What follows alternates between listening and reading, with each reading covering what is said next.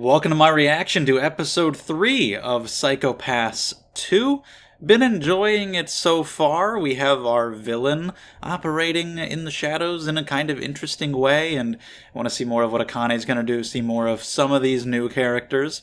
So let's just get into it and see what happens after any logos, after the Funimation logo. In 3, 2, 1, play.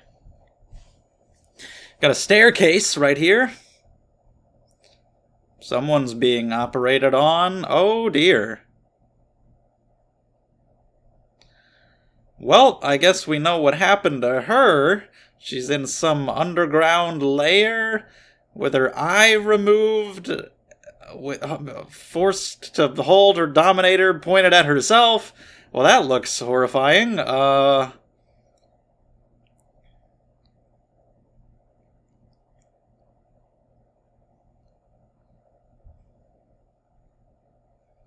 How does that work?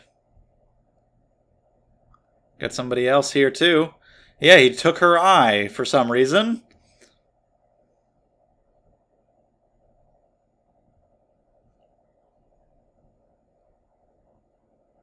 Why? What is that going to give you access to? So she's gone up pretty high. Not terribly, but, you know, paralysis level. Oh, it's going up and up and up and up.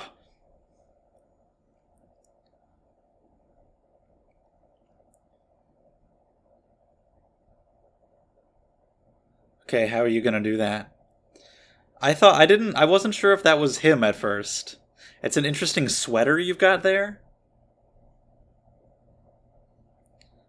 Yeah, there's a lot of stress involved. This is what are you? Stop. Ew, stop.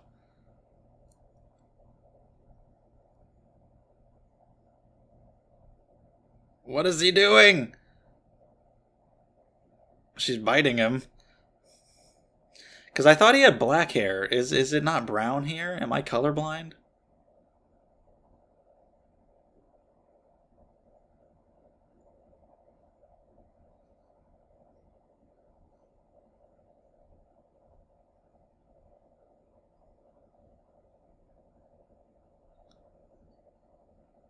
He's very emotional about this, obviously.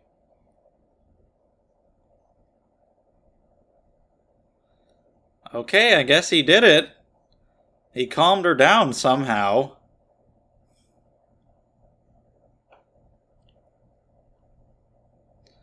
Kirito Kamui. Interesting. Don't.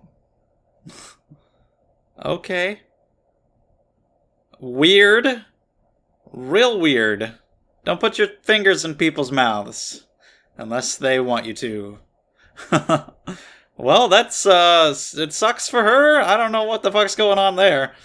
But anyway, while the OP plays, you know, subscribe to the channel if you enjoy the videos. Psychopaths comes out on Wednesdays with other videos every day. You have Togane there in the OP, where half of him is all in shadows, and then you got a red eye. He seems pretty okay so far, and like he's on her side. But maybe it's a deception! Mika's the bitch. But maybe he'll actually be the problem. But anyway. Also, check out the Patreon! Link down below if you want to support what I'm doing here. Get videos early, vote in polls to decide what shows I watch, and all that shit. Thank you so much! But yeah, I don't know what the hell, like, that was real easy. I don't know if I would have calmed down in that situation. I might have been like, get your finger out of my mouth, I'm gonna bite it off, you fucking psycho. But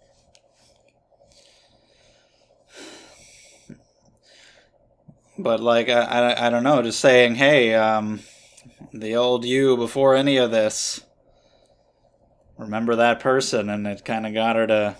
Just seeing the emotion on his face, I guess, got her to calm down.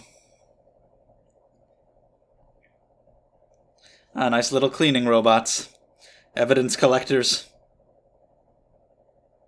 WC again. What color?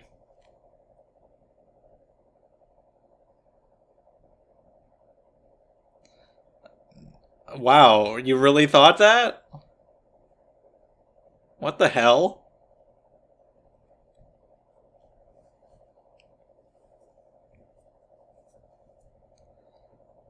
You can't think that. I'm sure you can't.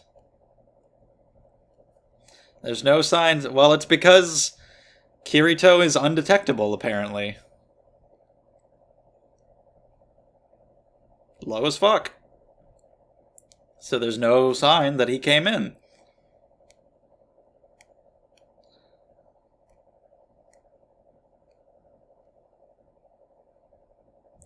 I said his voice is familiar. That's because it's Leorio. And many, many others. SEDC from JoJo.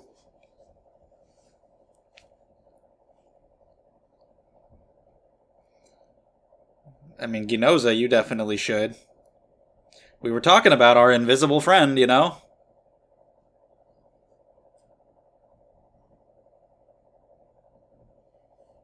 Alright, well, nobody cares what you have doubts about. You can go die. You can go away. Go home.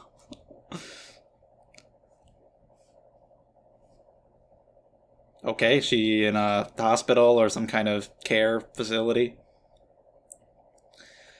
I've never really met Akane's parents or grandma, so that's kind of interesting.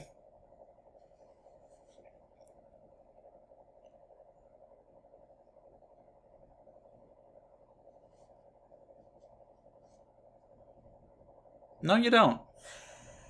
Oh, hey!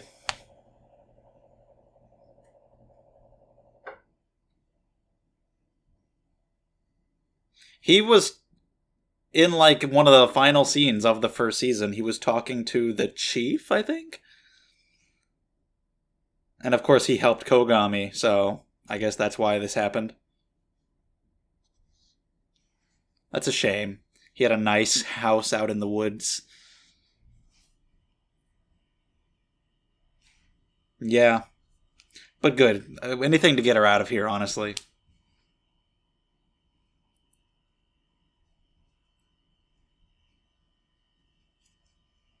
She is an outlier.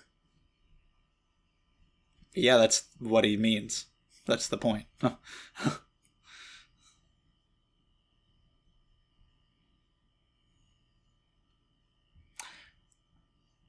Interesting question.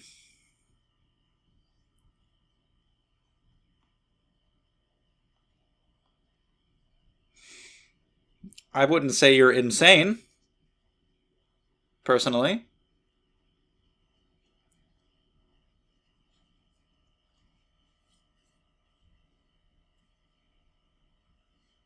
What if Kirito Kamui doesn't exist? And it's just been Akane the whole time. After Kogami left, she went insane. And it's just been her. That'd be a hell of a twist. It'd be really stupid, but it'd be a hell of a twist.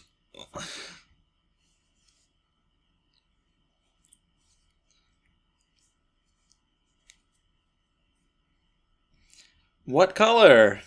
Talking about the hues.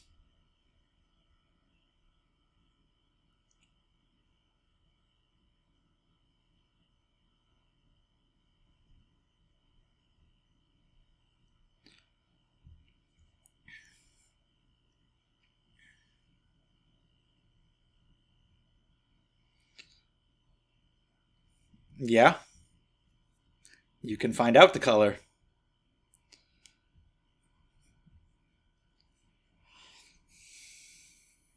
I would think that one, but interesting.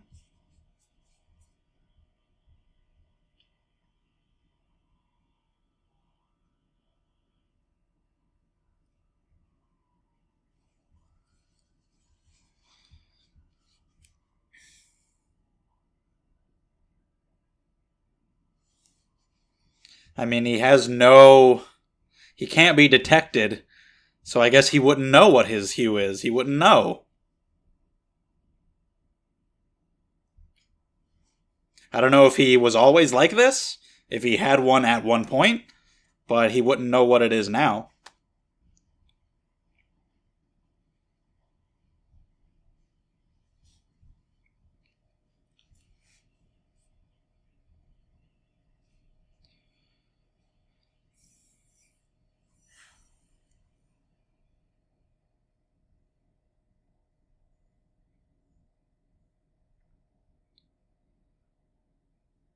he doesn't seem to use anything crazy to get their coefficients lowered. He seems to just, it's just psychological. He seems to just talk to them.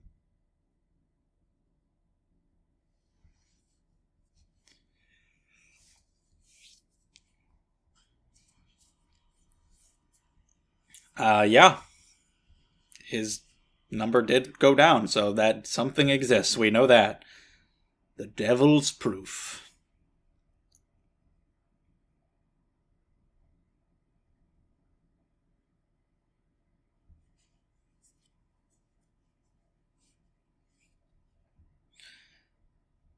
Be pretty hard to disprove a ghost.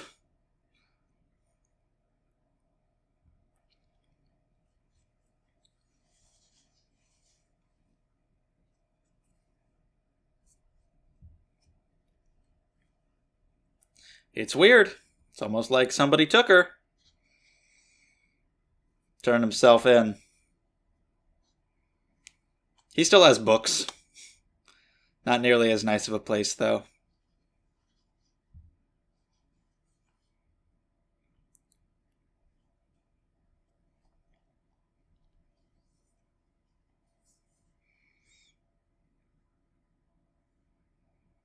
Oh, hello, dog.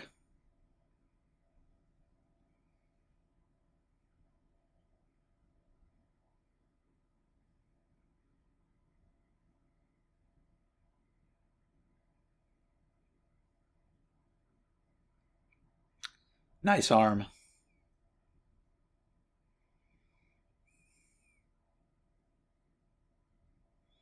He looks so different. You know, without the glasses, tank top, the arm. It's just such a different position.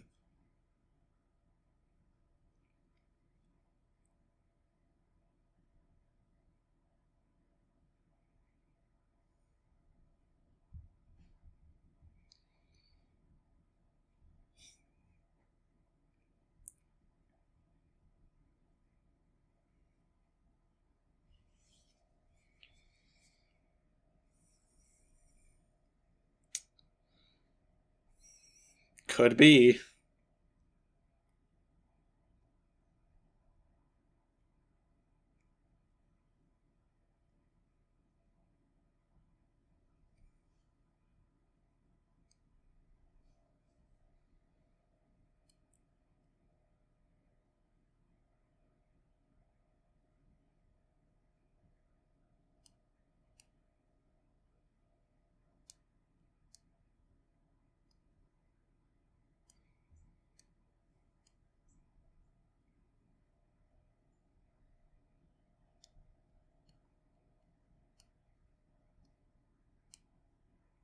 Okay. Suppressing emotions.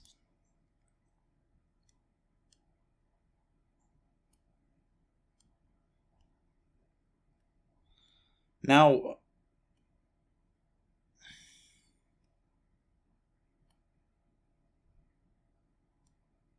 damn.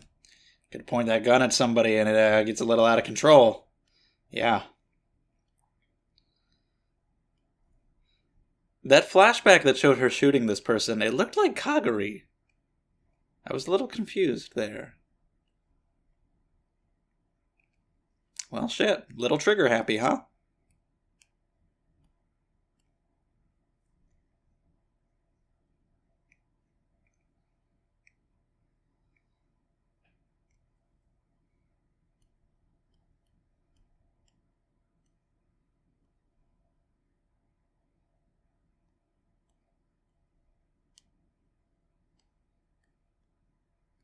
That's right.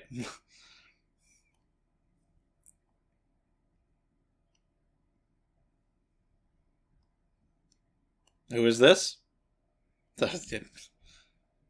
Well, shit. Okay, she is contacting you. Oh, that's a surprise. So now that she's been calmed down by Kamui, what is she gonna do now? Is she gonna be on his side? Like, what the hell is he gonna do to convince her of that? Well, we don't even really know what he's doing or why.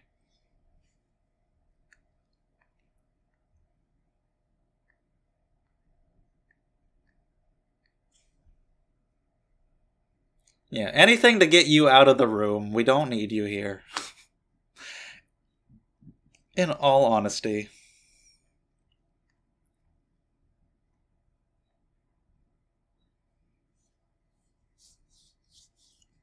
Seems to be the case, but you think they would admit it? That's not going to happen. Until they absolutely have to.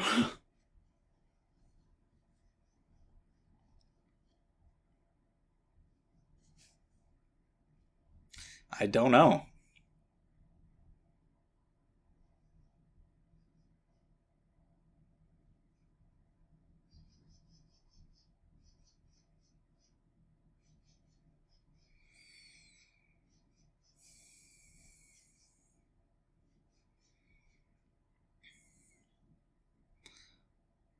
Him specifically. Okay, so yeah, there's clearly something going on with him.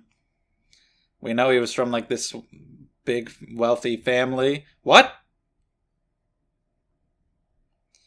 The OP makes him seem a little more sinister. He seemed nice so far. He's been pretty helpful to Akane. He's had the highest crime coefficient on record. What?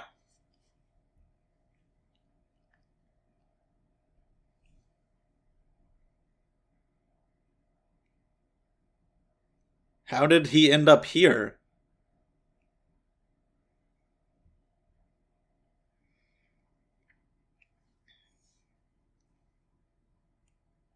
Something's happening. What happened?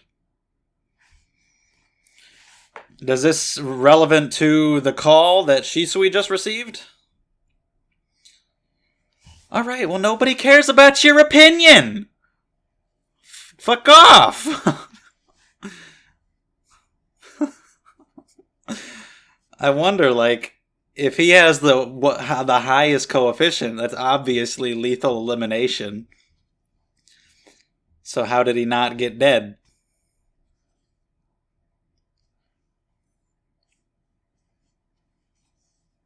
I feel like it's some kind of plot by the Sybil system for some reason. I feel like it was intentional. They must have, like, wanted to keep him alive, either because of his high number or other factors as well, maybe, for some purpose. And to bring him here for whatever reason. Not only keeping him alive, but also giving him this job. It must have been for a purpose.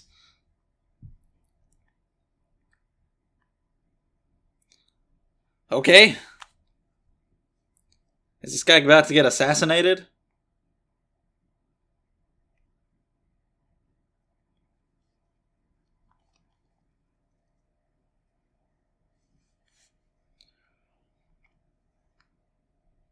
Oh shit. Okay, well, we're here right now. What's up? Whoa.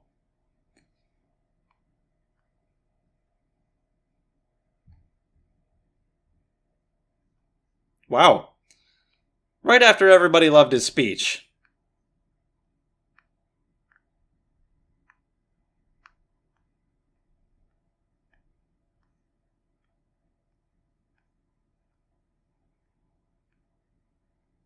I really don't like you. I want to make that clear.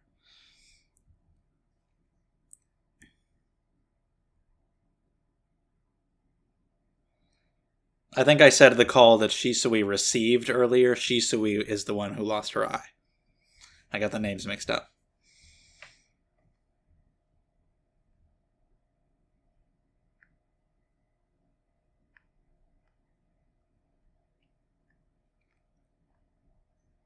Whoa. What's going on?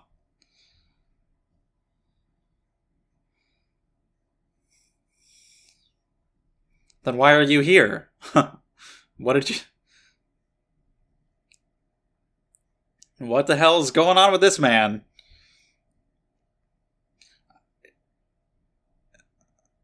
I was gonna say, is he Kamui in disguise with, like, another hologram, but he was detected by the system, but it was low. It was really low. Well, shit.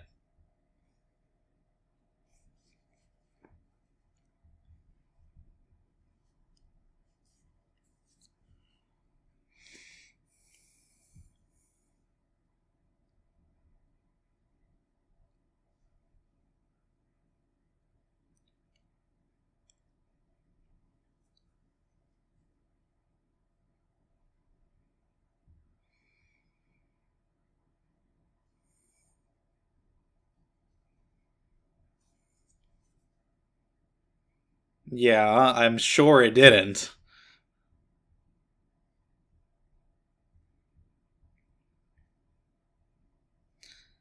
Okay, so this guy was connected to Kamui too.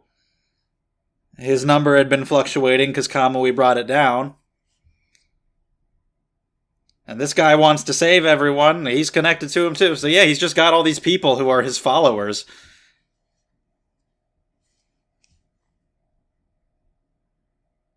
He might manipulate Shisui to be on his side too then. It seems like he already has, if she called her there. Well, how many people is he going to have following him? I want to know more about the guy. Like, what the hell's he doing? How's he doing it? Why? Not knowing what his own hue and crime coefficient would be is interesting, and the fact that that's where the question is directed towards is interesting. And you've got, even coming to Akane's place, which is terrifying. He was crying last time, like, oh, Akane, I thought you would understand, and he went to her place.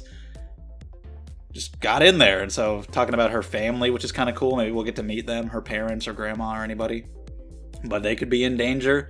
You don't know what this guy's going to do. Nobody can detect where the hell he is. Of course, the system's not going to admit to that at all. But you got Togane, who's always seemed pretty helpful so far, but the OP makes him seem more sinister. And we have this talk about him having the highest coefficient recorded. I don't know how high, but again, there's got to be something going on there. I don't know how it played out to where he wasn't just immediately killed, but there must have been something going on, some circumstances where the system was like, all right, wait, let me bring this guy in, don't kill him, and then they got him in, cooked up some kind of plan, got him into this position for some reason to fuck with Akane in some way, I don't know.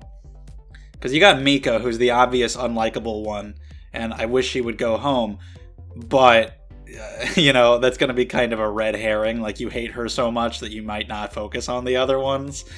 Even though we're now getting this more information about Togane and he shows up in the OP the way that he does. But yeah, something's going to be going on with him. But yeah, cool seeing Ginoza like that, so different from how he used to be in the conversation he was having. So with Kamui getting all these people on his side, and of course the Inspector too, I don't know what he's doing. I'm interested to learn more.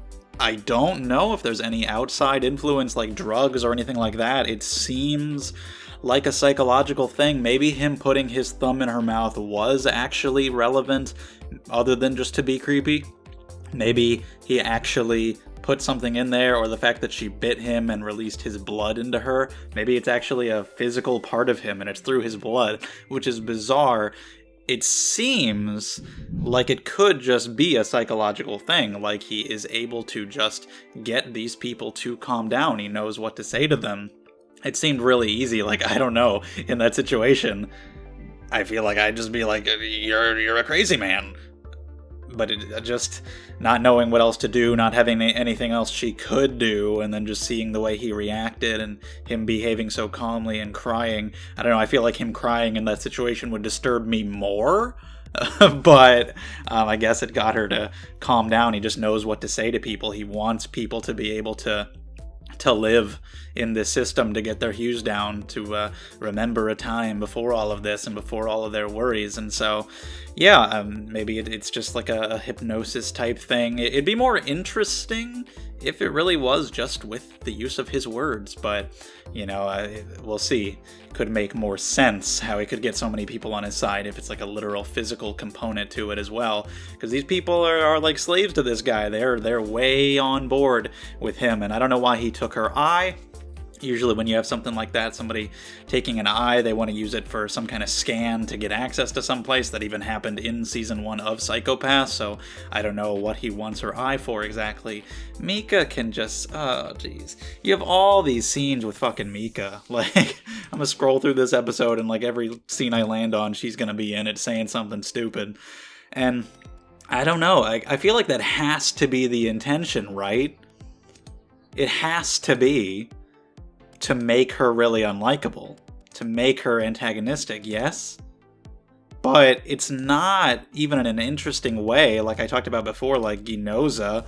You got where he was coming from, and he was in a position of authority and experience, and with Mika, it just seems like, who the fuck are you? Why do you think you know shit that nobody else knows? You're some kid, and the fact that she's been working here for a year and a half and is just now having any of these issues doesn't make any sense. The time frame is weird, and it just comes across as annoying. And I assume that has to be the intention, unless they were really just kind of misguided, and maybe they thought that Mika was like an understandable, relatable girl. Maybe she is to some people, I don't know your thoughts on her. But to me, she just comes off as completely unlikable. Every time she opens her mouth, I want her to fucking shut it. But maybe they thought, like, oh yeah, people will get where Mika's coming from. I don't know, but to just immediately be like, oh, Akane, you're insane. You did this on your own wall. I'm gonna scan your thing and send you to a therapist. It sounded like what somebody would say as a joke. Like a close friend who would be like, who would just say it really dryly, like, oh, shall I check you into your local therapist? But she didn't say it as a joke, because she's not her friend. She said it completely sincerely, just immediately. She just hates Akane. She's just completely by the book, follow the Sybil system, and again, that's how Ginoza was, but he had very strong reasons for being that way. She just kind of like is that way for unknown reasons, and her disdain for Akane just kind of, I don't know, I don't really know why. Like, when you've been with her for all this time, and her psychopath is so perfect, and everyone else around you is like, yeah, she's good, you just have this thing against her because you're just an asshole, I guess. Oh no, this man, I read about his file. Oh, we're gonna run away. I mean, any excuse to get her out of there, good, but like, it's cool to see him again. He was in one of the last few shots of season 1, which just showed him talking to the chief, and he turned himself in. So he's hanging out here now, which sucks. I mean, it's kind of a nice space, but he had a really nice place before, and, you know, he didn't want to be involved with any of this shit. But yeah, Mika, like, do you know that your job involves talking to other people? And that you deal with crimes and criminals, and you're gonna have to interact with them? Oh no, I can't talk to him, I will... Jesus, there's just something, because the show introduced her the way it did, or reintroduced her the way it did, where I just immediately was like, alright, I'm not feeling you, I'm not really feeling where you're coming from. It's just like now every little thing she does. Once someone's on your bad side, you're gonna nitpick every little thing that they do. So just her being around and looking at her face already at this point, as early as episode 3, I'm like, I don't want to look at you. I don't want you to be here. But anyway, cool to see that guy again, for Akane to have a talk with him and about the message and everything. And the talk with the system itself, who of course is not going to acknowledge, like, oh yes, people can be invisible to the system, even though, you remember the helmets?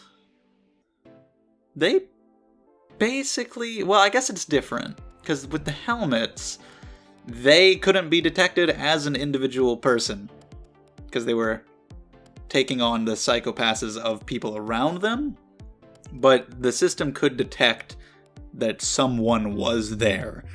And I guess with Kamui, it just can't at all. So I wonder why. Of course, there's a lot of mystery surrounding him, and he's like the main driving force of this season because there's so much mystery surrounding him. I'm very curious to learn more. He's pretty interesting so far. We'll just see how the actual payoff goes later. But yeah, like, was he always like this? Did something happen? Did he once know his hue? Like, he doesn't know it anymore. Like, how does he feel about all this? I'm intrigued. Togane, of course, you've got a little more going on with him. The red-haired guy, not too much, but he's just kind of cool to be there, I suppose.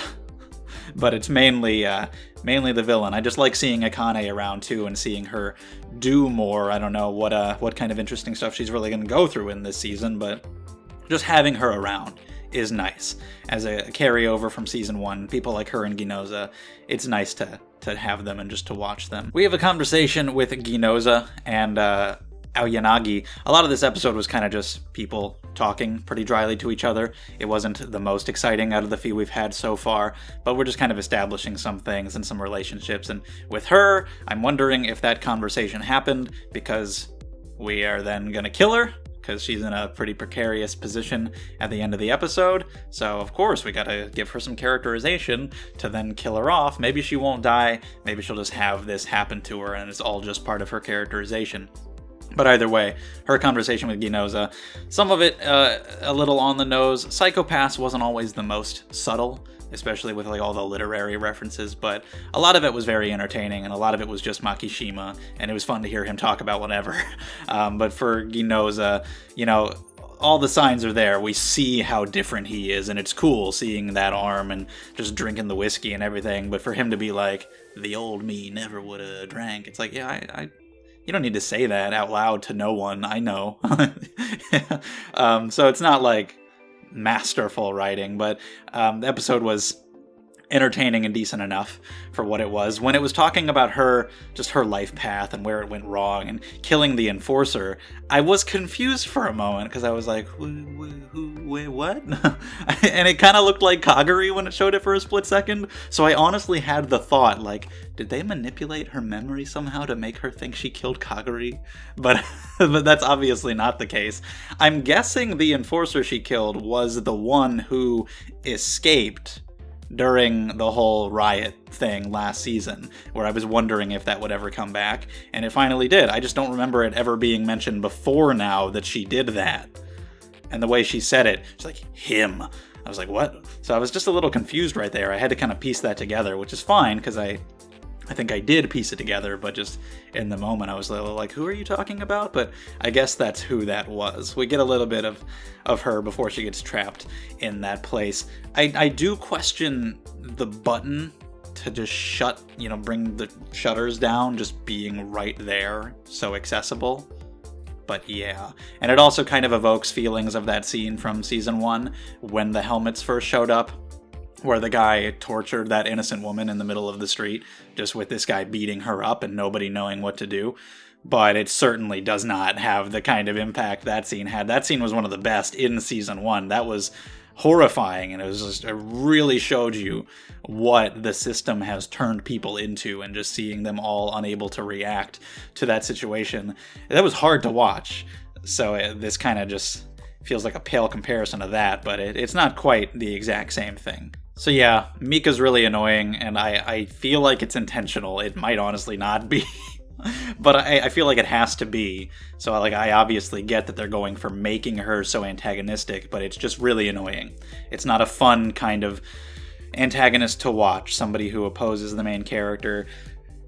Okay, they can be entertaining, they can be fun, they can be understandable, but she's just not. There's like nothing redeeming at all that makes me want to watch or listen to her. So it's pretty obnoxious, and there's just some small details in this episode that I wasn't the biggest fan of, so it was just okay.